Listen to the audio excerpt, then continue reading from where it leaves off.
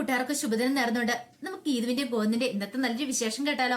അങ്ങനെ ഇന്നത്തെ വിശേഷത്തില് രഞ്ജുവും രേഖയും പ്രിയയും കൂടെ സംസാരിച്ചുകൊണ്ടിരിക്കുകയാണ്. ഈ സമയത്താണ് കാഞ്ചന അവർക്കുള്ള ചായയായിട്ട് വരുന്നത്. അപ്പോഴേക്കും വരുൺ അങ്ങോട്ടേക്ക് വന്നു. വരുണിനെ കണ്ടതും പ്രിയ പെട്ടെന്ന് പറഞ്ഞു, അതെ വരുണേട്ടനും കൂടെ ഉള്ള ചായ എടുത്തേക്ക് കാഞ്ചന പറയണം. ഇത് കേട്ടപ്പോൾ വരുൺ പറഞ്ഞു, എനിക്ക് ചായയോ, എനിക്കിപ്പൊ ചായ വേണ്ടാന്ന് പറയാ, നിങ്ങൾ എല്ലാരും ചായ കുടിക്കുക, നിങ്ങൾക്കുള്ള പഴംപൊരിയും വടയൊക്കെ ഞാൻ കൊണ്ടുവന്നിട്ടുണ്ടെന്ന് പറയാണ്. ഇത് കേട്ടതും കാഞ്ചന പറഞ്ഞു, ഞാനിതെന്താ സ്വപ്നം കാണുവാണോ, എനിക്കൊന്നും കൂടെ മനസ്സിലാവുന്നില്ലോ എന്ന് പറയണ. അല്ല, നിങ്ങളെല്ലാം ഇവിടെ 2-3 പ്രഗ്നൻസികൾ ഉണ്ടല്ലോ, ഗർഭിണികളുണ്ടല്ലോ, അപ്പൊ അതുകൊണ്ട് അവർക്കുള്ളതാന്ന് പറയാണിത്. ഇത് കേട്ടപ്പോ കാഞ്ചന പറഞ്ഞു, ആഹാ കൊള്ളാലോ, എന്ത് പറ്റി വരുണമാമാന്ന് ചോദിക്കുകയാണ്. പിന്നെ ഈ സമയത്ത് നമ്മൾ നന്നായിട്ട് കെയർ ചെയ്യണ്ടേന്ന് ചോദിക്കുക. എല്ലാരും ചായയോടൊപ്പം ഇത് കഴിക്കാൻ പറയണം. പിന്നീട് രേഖയോട് പറഞ്ഞു, മോളെ രേഖ, നീ അങ്ങോട്ട് കയറി വന്നേ, എനിക്ക് നിന്നോട് കുറച്ച് കാര്യങ്ങൾ പറയാനുണ്ടെന്ന് പറയാം. പെട്ടെന്ന് രേഖ പറഞ്ഞു, എനിക്ക് വല്ലാത്ത തലവേദനയാ, ഞാൻ വരുന്നില്ല വരുന്നേട്ടാന്ന് പറയാം. അങ്ങനെ പറഞ്ഞാൽ എങ്ങനെയാ മോളും ഇങ്ങോട്ട് വന്നേന്ന് പറയണം. അങ്ങനെ ആ കയ്യിലേക്ക് അങ്ങോട്ട് കയറി പിടിക്കുകയാണ്. രേഖയ്ക്ക് എന്ത് ചെയ്യണം നടത്തില്ല. പിന്നീട് രേഖയുടെ കയ്യെ പിടിച്ച് ചേർത്ത് പിടിച്ച് അങ്ങോട്ട് കയറ്റിക്കൊണ്ട് പോവാണ്. ഈ കാഴ്ചയുടെ പ്രിയ ഓർത്തു, വരുന്നേട്ടൻ ഇത് എന്തു പറ്റി, എന്തോ ഒരു മാറ്റം ഉണ്ടായിട്ടുണ്ടല്ലോ, എന്താ കാര്യം എന്നറിയത്തില്ല, ഇതിപ്പോ ഊടായ്പ സ്നേഹമാണോ ഒറിജിനൽ സ്നേഹമാണോ തിരിച്ചറിയാൻ പറ്റുന്നില്ലോ എന്നൊക്കെ വിചാരിക്കുകയാണ്. പിന്നീട് രേഖനെ കൊണ്ട് വരുന്ന മുറിയിലേക്ക് അങ്ങോട്ട് ചെല്ലുവാണ്. ചെന്നിട്ട് പറഞ്ഞു, അതെ എനിക്ക് കുറച്ച് സംസാരിക്കാണെന്ന് പറയും. ഇത് കേട്ടപ്പോ രേഖ പറഞ്ഞു, വേണ്ട, എനിക്ക് അധികം ഒന്നും സംസാരിക്കാനല്ലെന്ന് പറയാം. അങ്ങനെ പറയരുത് മോളൂ, എനിക്ക് നിന്നോട് കടം വീട്ടാണെന്ന് പറയണം. കടവോ, എന്ത് കടം? അവിടെ ഇരുന്നേന്ന് പറഞ്ഞ ആ ബെഡിലേക്ക് അവിടെ പിടിച്ചിരുത്തുവാണ്. മുമ്പ് നീ പലവട്ടം എന്നോട് ആവശ്യപ്പെട്ടെങ്കിലും എനിക്കതൊന്നും വാങ്ങിച്ചു തരാൻ സാധിച്ചിരുന്നില്ല എന്ന് പറയണം. അതെന്താ? പിന്നീട് കൊണ്ടുവന്നൊരു കവറുണ്ടായിരുന്നു, ആ കവറങ്ങ് തുറന്നു. അതിനകത്തുനിന്ന് മസാല ദോശയും ചട്നി സാമ്പാറൊക്കെ എടുക്കുകയാണ്. കണ്ടില്ലേ, ഒരു നിമിഷം രേഖ അത്ഭുതപ്പെട്ടു പോയി. ഇത് എന്ത് പറ്റി വരണേട്ടന്?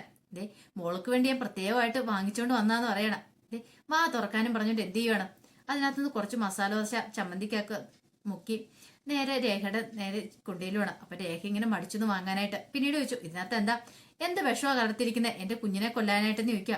ഇത് കേട്ടതും വരും പറഞ്ഞു, അയ്യോ ഇതെന്താ മോളെ നീ ഇങ്ങനെ പറയണേ, ഞാൻ അങ്ങനെ ചെയ്യുമെന്ന് നിനക്ക് തോന്നുന്നുണ്ടോ? മുമ്പായിരുന്നേ അങ്ങനെയായിരുന്നു, പക്ഷെ ഇപ്പോഴങ്ങനെയൊന്നുമല്ല. ഇപ്പൊ എനിക്ക് അങ്ങനെയൊന്നും ഒന്നും ചെയ്യാൻ പറ്റില്ല, കാരണം ഞാൻ നിന്റെ വയറ്റ് വളരുന്ന കുഞ്ഞിനെ അത്രയധികം സ്നേഹിക്കുന്നുണ്ടെന്ന് പറയണം. അതുകൊണ്ട് എനിക്ക് ഒരിക്കലും അങ്ങനെ ചെയ്യാൻ പറ്റില്ലെന്ന് പറയാം. ഇത് കേട്ടതും രേഖ പറഞ്ഞു, അല്ല വരുണേട്ടന്റെ കാര്യം ആയതുകൊണ്ടാ പറഞ്ഞേ, പലവട്ടം എന്റെ കുഞ്ഞിനെ കൊല്ലാണ്ട് ശ്രമിച്ചാലെന്ന് വെക്കും, അതൊക്കെ അപ്പോഴത്തെ ആ ഒരു ഇത് കൊണ്ട് ചെയ്തല്ലേ, പക്ഷെ ഇപ്പോഴങ്ങനെയല്ലേ മോളെ, ഞാൻ നന്നായിട്ട് മാറിയിട്ടുണ്ടെന്ന് പറയാം.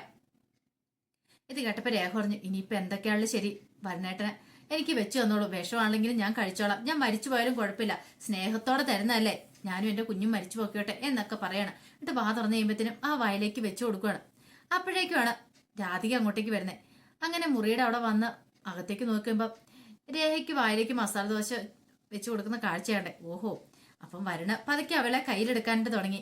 ഇനിയിപ്പൊ പതുക്കെ ഭാസ്കരേട്ടന്റെ അടുത്തേക്ക് ചെല്ലണം, ഭാസ്കരേട്ടന്റെ അടുത്ത് നിന്ന് കാര്യങ്ങളൊക്കെ സംസാരിക്കണം, എല്ലാം ഒന്ന് ഡീൽ ഉറപ്പിക്കണം എന്ന് ചില നിഗമനത്തിലെത്തോണ്ട് രാധിക. അങ്ങനെ അകത്തേക്ക് നോക്കിക്കൊണ്ടിരിക്കുക.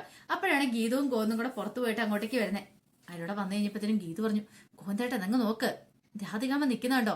രേഖയുടെ മുറി ഒളിഞ്ഞു നോക്കുക, എന്തിനകത്ത് അറിയത്തില്ലോ എന്ന് പറയാം, എവിടെയെല്ലാം നിൽക്കട്ടെ എന്ന് പറയാം. എന്നാലും അത് ശരിയല്ലോ, കണ്ണേണ്ട ഒരു കാര്യം ചെയ്ത് അങ്ങോട്ട് പോയിക്കോ, ഞാൻ ഇപ്പൊ വന്നേക്കാന്ന് പറയണം, ഒരു പണി കൊടുത്തിട്ട് വരാം എന്ന് പറയണം. എന്നും പറഞ്ഞോണ്ട് ഗീത നേരെ രാധികയുടെ പുറയിലേക്ക് വന്ന് നിൽക്കുകയാണ്. അപ്പൊ അതൊക്കെ തോണ്ടി, പക്ഷെ രാധിക മൈൻഡ് ചെയ്തില്ല. രാധിക കൈയൊക്കെ തട്ടി മാറ്റുവാണ്, രാധിക അറിയുന്നില്ല. പിന്നീട് ഗീത ആ മുടിയൊക്കെ ഒന്ന് പടർത്തിയിട്ടു. എന്നിട്ട് ഗീത ചോദിച്ചു, ഇത്തിരി ചുണ്ണാമ്പുണ്ടോ തരുവാനെന്ന് ചോദിക്കുകയാണ്. ഇത് കേട്ടാൻ രാധിക പെട്ടെന്ന് തിരിഞ്ഞു നോക്കിയപ്പോ ഗീതു പെട്ടെന്ന് രാധിക ശരിക്കും ഒന്ന് ചമ്മിപ്പോയി. ആ സമയം രാധിക പെട്ടെന്ന് തന്നെ അവിടെ നിന്ന് എസ്കേപ്പ് ആവുകയാണ്. ഇത് കണ്ടു കഴിഞ്ഞപ്പോ ഗീതിന് ചിരി വന്നു. രാധികാമ്മ തന്റെ അടുത്താ കളിക്കണേ, അല്ല എന്തായിരിക്കും രാധികാമ്മ ഇത്ര കാര്യമായിട്ട് അകത്തേക്ക് നോക്കിയത്, എന്താണെങ്കിലും നോക്കാം എന്ന് കരുതിയിട്ട് ഗീതു അകത്തേക്ക് നോക്കുമ്പോഴാണ് ആ കാഴ്ച കാണുന്നത്.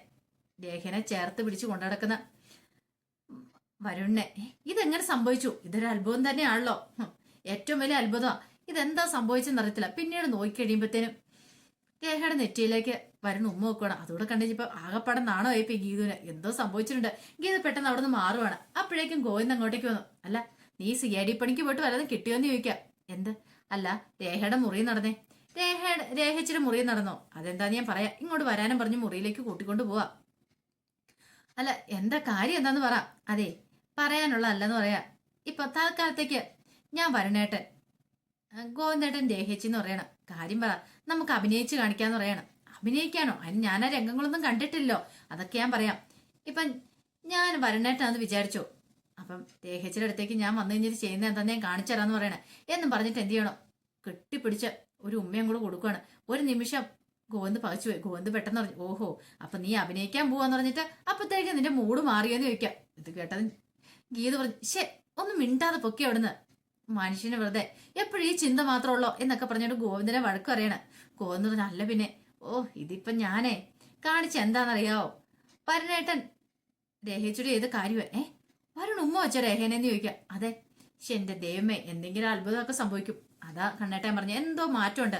ഒരുപക്ഷെ ഇതൊരു ഉടായ്പാണെന്ന് അറിയത്തില്ല. മുമ്പത്തെ പോലെ എത്ര വട്ടം ഇതുപോലെ പണി പാളിയിട്ടുണ്ട് വരനേട്ടൻ സ്നേഹം അഭിനയിച്ച് കൂടെ കൂട്ടിയുള്ള എന്തോ ഒരു കാര്യത്തിനാന്നാ തോന്നേ, എന്ത് കാര്യത്തിനാന്ന് അറിയത്തില്ലെന്ന് പറയണം. ഇത് കേട്ടത് ഗീതു പറഞ്ഞു, അത് ശരിയാ കണ്ണേട്ടാ, അങ്ങനെ അവനെ ചാൻസ് കൂടുതലുള്ളെന്ന് പറയണം. പിന്നീട് ഗീതുവിനോട് പറഞ്ഞു, അധികം വൈകാതെ തന്നെ ഒരു പക്ഷെ ഇവിടെ നടക്കുന്ന പ്രശ്നങ്ങൾക്കെല്ലാം ഒരു പരിഹാരം ഉണ്ടാക്കണമെന്ന് പറയാണ്. ഗീതു പറഞ്ഞു, അത് ശരിയാ. അല്ല ഞാനൊരു കാര്യം ചോദിച്ചോട്ടെ, എന്താ ഇങ്ങനെ പോയിട്ടുണ്ടെങ്കിൽ മിക്കവാറും ഒരു തീരുമാനമാവും പറയാ കാര്യത്തിന്. എന്ത് തീരുമാനം? അല്ല രേഖേച്ചിയുടെ വരനേട്ടന്റെ കാര്യത്തിലെ സത്യസന്ധമായിട്ടാണ് കുഴപ്പമില്ല, അല്ലെന്നുണ്ടെങ്കിൽ നമുക്കറിയാം എന്ത് ചെയ്യണം എന്നുള്ള. ഒരു കാരണവശാലും വരനേട്ടനെ വെറുതെ വിടല് കണ്ണേട്ട എന്നൊക്കെ പറയണം. ശരി ഞാൻ ഏറ്റു. അല്ല അവര് ക്ഷേത്രത്തിലേക്ക് പോകുന്ന കാര്യം പറഞ്ഞായിരുന്നല്ലോ. അവര് ക്ഷേത്രത്തിൽ പോയിട്ട് വരട്ടെ, സന്തോഷകരമായിട്ട് 1-2 ദിവസമെങ്കിലും കടന്നു പോട്ടെ. അങ്ങനെ ഇത്തിരി സന്തോഷമെങ്കിലും അവന് രേഖയ്ക്ക് കൊടുക്കാൻ സാധിക്കട്ടെ എന്നൊക്കെ പറയണം. നമുക്കൊരു കാര്യം ചെയ്യാം, നേരെ സത്യദാസിന്റെ അടുത്തേക്ക് പോവാം. ഇനിയിപ്പം നാളെ DNA ടെസ്റ്റ് നടത്താനുള്ള ഏർപ്പാടുകളെ കുറിച്ചൊക്കെ പറയണമല്ലോ, സംസാരിക്കണമല്ലോ, അങ്ങനെ കൊണ്ടുപോകണല്ലോ എന്ന് പറയണം. അങ്ങനെ രഞ്ജു മകളല്ലെന്ന് തെളിഞ്ഞിട്ടുണ്ടെങ്കിൽ എനിക്ക് ചില കാര്യങ്ങളൊക്കെ ചെയ്തു തീർക്കാണ്ട് എന്നൊക്കെ ഗോവിന്ദ് പറയണം. അങ്ങനെ അവർ സംസാരിച്ചിട്ട് താഴേക്ക് പോവാണ്. ഈ സമയത്ത് കാഞ്ചനയും രേഖയും അവരൊക്കെ സംസാരിച്ചുകൊണ്ടിരിക്കുകയാണ്. അങ്ങനെ സംസാരിച്ചുകൊണ്ടിരിക്കുന്ന സമയത്ത് രഞ്ജു പെട്ടെന്ന് എന്ത് ചെയ്യണം, അകത്ത് പോയിട്ട് സത്യദാസിനെ കൂട്ടി അങ്ങോട്ടേക്ക് വരുവാണ്. അപ്പൊ ഹാളിൽ കൊണ്ട് സത്യദാസിനെ എത്തി. അപ്പോഴേക്കും രാധികാമ്മയും കൂടെ അങ്ങോട്ടേക്ക് വന്നു. അങ്ങനെ രാധികാമ്മ വന്ന് അവിടെ ഇരുന്നു. ഈ സമയത്ത് രഞ്ജു സത്യദാസിനോട് ചോദിച്ചു, ഞാൻ TV വെച്ച് ഇരട്ടേന്ന് ചോദിക്കണം. TV വെച്ചോളം പറയണം. കണ്ണ് കാണത്തില്ലെന്ന് പറയുന്നുണ്ട്, എന്നിട്ട് TV വെച്ചാൽ തരാൻ പറയണം. ഞാൻ നല്ല ഒന്നാന്തര CID പണിയെ നടത്തിക്കൊണ്ടിരിക്കുന്നത്, നിങ്ങളുടെ കണ്ണ് കാണാവോ ഇല്ലയോ എന്നൊക്കെയുള്ള കാര്യങ്ങളൊക്കെ കണ്ടുപിടിച്ചിരിക്കും ഉറപ്പാന്ന് പറയണം. അങ്ങനെ രഞ്ജു മനസ്സിൽ വിചാരിച്ച് അങ്ങനെ TV വെക്കാൻ തുടങ്ങുമ്പോഴാണ് ഗോവിന്ദും ഗീതും കൂടെ അങ്ങോട്ടേക്ക് വരുന്നത്. ഈ സമയത്ത് ഗോവിന്ദ് പറഞ്ഞു, അയ്യോ അങ്കിളുടെ കണ്ണ് കാണാൻ പറ്റത്തില്ലെന്നൊക്കെ അങ്കിൾ ഇപ്പോൾ നിന്ന് വിളിച്ചു പറയുന്നത് കേട്ടല്ലോ. ഞാൻ കേട്ടായിരുന്നു പറയണം. അത് മോനെ എനിക്ക് കണ്ണ് കാണാൻ പറ്റില്ല എന്ന് പറയണം. അയ്യോ അങ്കിളുടെ കണ്ണ് കാണാന്ന് പറയണേ. കണ്ണ് കാണാവോ? ഒരു നിമിഷം രാധിക വരെ ഞെട്ടിപ്പോയി. അല്ല എന്താ മോനെ പറയണേ?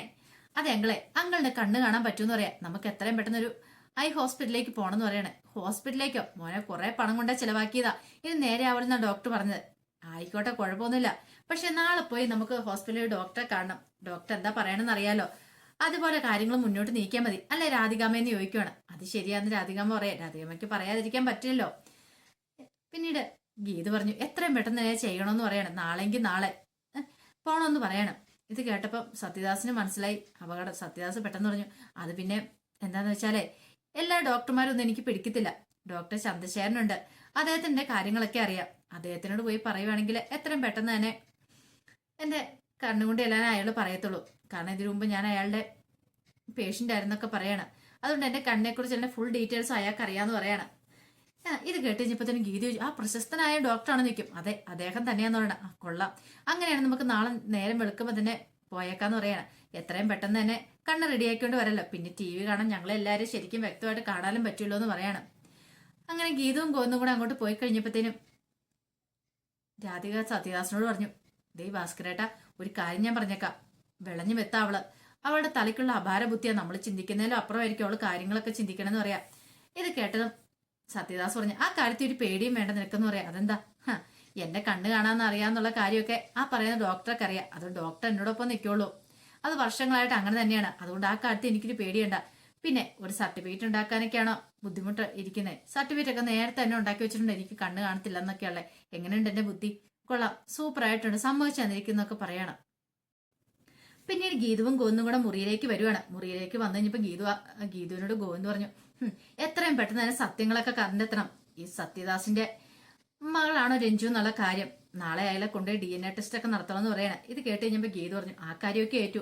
അതിനുശേഷം പിന്നീട് രഞ്ജുവിന് എന്തെങ്കിലും കാര്യമൊക്കെ പറഞ്ഞുകൊണ്ട് വിളിച്ചുകൊണ്ട് പോകണം. ഇവിടുന്ന് വിളിച്ചുകൊണ്ട് പോയിട്ട് അവളുടെ ബ്ലഡ് സാമ്പിളും കൂടെ എടുത്തിട്ട് നമുക്ക് ആ സത്യങ്ങളിൽ എത്തണമെന്ന് പറയണം. ഇതോടെ ഗോവിന്ദ് പറഞ്ഞു, അത് ശരിയാ, ഇനി അധികം താമസിപ്പിച്ച് പോയിക്കൂടാന്ന് പറയണം.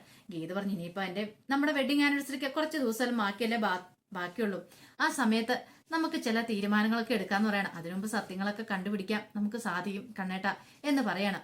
ഗോവിന്ദ് പറഞ്ഞു, ആ അനാർക്കിലിയുടെ മോൾ എവിടെയുണ്ടെങ്കിലും അവളെ കണ്ടുപിടിച്ചാൻ തീർക്കും എന്ന് പറയണം. അല്ല, കണ്ണേണ്ടെതിരായിട്ട് അവരോടുള്ള ദേഷ്യം പോയില്ലേന്ന് ചോദിക്കാം.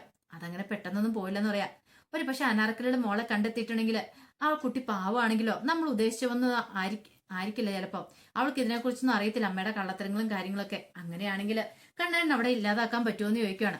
ഈ സമയം ഗോവിന്ദ് ഒരു നിമിഷം ആലോചിച്ചു. അപ്പോഴാണ് ക്ഷേത്രത്തിൽ പോയിട്ട് വരുണും ദേഹയും കൂടെ അങ്ങോട്ടേക്ക് വരുന്നത്. അവരിങ്ങനെ വരുമ്പത്തേനും വരുണ ഗോവിന്ദ് പറയുന്ന കാര്യം കേൾക്കുന്നത്. ഗോവിന്ദ് പറയണം, അതെ അനാർക്കിളിയുടെ മോളെ മാത്രമല്ല ഞാൻ ഇല്ലാതാക്കാൻ പോകുന്നത്. ഒരു പക്ഷെ എന്റെ അച്ഛനെ കൊന്നതിലെ പങ്ക് ആർക്കെങ്കിലും ഉണ്ടെങ്കിൽ അവരുടെ കുടുംബം പോലും ഞാൻ ഇല്ലാതാക്കും. ഒന്നിനെ ഞാൻ വെറുതെ വെച്ചേക്കില്ല, എല്ലാത്തിനെയും വേരോടെ പിഴുതെറിയൂന്ന് പറയണം. ഇത് കേട്ട് കഴിഞ്ഞപ്പോ ഒരു നിമിഷം വരും ചെട്ടിപ്പോയി. കാരണം താൻ സത്യദാസിന്റെ മോനെന്ന് അറിഞ്ഞു കഴിഞ്ഞിട്ടുണ്ടെങ്കിൽ അതോടുകൂടി തന്റെ കാര്യത്തിൽ ഒരു തീരുമാനമായി. പക്ഷെ ഇത് രേഖ ആരും ശ്രദ്ധിച്ചില്ല. വരുണിന്റെ കയ്യിലിരുന്ന പ്രസാദം വരെ താഴെ പോയത്. പെട്ടെന്ന് രേഖ ഗീതുവിന്റെ ഗോവിന്ദിന്റെ അടുത്തേക്ക് എല്ലുവാണ്. എന്നിട്ട് പറഞ്ഞു, അതെ പ്രസാദം തരാന്ന് പറയാണ്. അങ്ങനെ അപ്പത്തിനും വരുണ് പെട്ടെന്ന് താഴെ വീണ പ്രസാദം ഒക്കെ വാരി എടുക്കുവാണ്. അന്ന് നേരെ ഗീതിന്റെ കയ്യിലേക്ക് കൊണ്ട് കൊടുത്തു. ഗീതു ഗോവിന്ദിനും അവർക്കൊക്കെ തൊട്ട് കൊടുക്കുകയൊക്കെ ചെയ്യുവാണ്. പിന്നീട് രേഖയോട് ചോദിച്ചു, അല്ല ഇതെന്താ രേഖിച്ച് ഇത്ര താമസിച്ചെന്ന് ചോദിക്കാം. അത് പിന്നെ അവിടെ ക്ഷേത്രത്തിൽ ചെന്ന് കഴിഞ്ഞപ്പോ കുറച്ച് താമസം ഉണ്ടായി, അല്ലെങ്കിൽ തന്നെ ഞങ്ങളിവിടെ താമസിച്ചാൽ ഇറങ്ങിയെന്ന് ചോദിക്കുക. ആ സമയത്ത് വരും പറഞ്ഞു, അത് ശരിയാ, താമസിച്ചിറങ്ങിയതുകൊണ്ട് ഞങ്ങള് അതേസമയം ക്ഷേത്രത്തിൽ നിന്നില്ല. പിന്നെ അതിന്റെ അടുത്തുള്ള റിസോർട്ട് ഉണ്ടായിരുന്നു, അങ്ങോട്ടേക്ക് പോയി. അവിടെ പോയി കുറച്ചേരം ചെലവഴിച്ചു. അങ്ങനെ കുറച്ച് സമയം ഞങ്ങൾ ആന്തരമാക്കിയിട്ട് ഇങ്ങോട്ട് വന്നേന്നൊക്കെ പറയാണ്. വലിയ സാഹിത്യ ഭാവനയിലാണ് വരുണ അതൊക്കെ അവതരിപ്പിക്കുന്നത്. എല്ലാം കേട്ട് കഴിഞ്ഞപ്പോ ഗോവിന്ദ് പറഞ്ഞു, അതെ നിന്റെ സ്വഭാവം എനിക്ക് നന്നായിട്ടറിയാം, നിനക്കൊരു മാറ്റം വന്നാണെങ്കിൽ നല്ലതാ വരണേ. പക്ഷെ അല്ലാതെ നീ ഊടായ്പ പരിപാടിയാ കാണിച്ചോണ്ടിരിക്കുന്നെങ്കിൽ നിന്നെ ഞാൻ വെറുതെ വിടത്തില്ലെന്ന് പറയാണ്. അപ്പൊ അതിന്റെ വിശേഷങ്ങളൊക്കെയാണ് കണ്ടത്. ഇതിന്റെ ബാക്കി വിശേഷങ്ങളുമായിട്ട് വൈകുന്നേരത്തെ പ്രമോയി വരാട്ടോ. ഒരിക്കൽ കൂടി എല്ലാവർക്കും ശുഭദിനം നേർന്നുകൊണ്ട് നിർത്തുന്നു.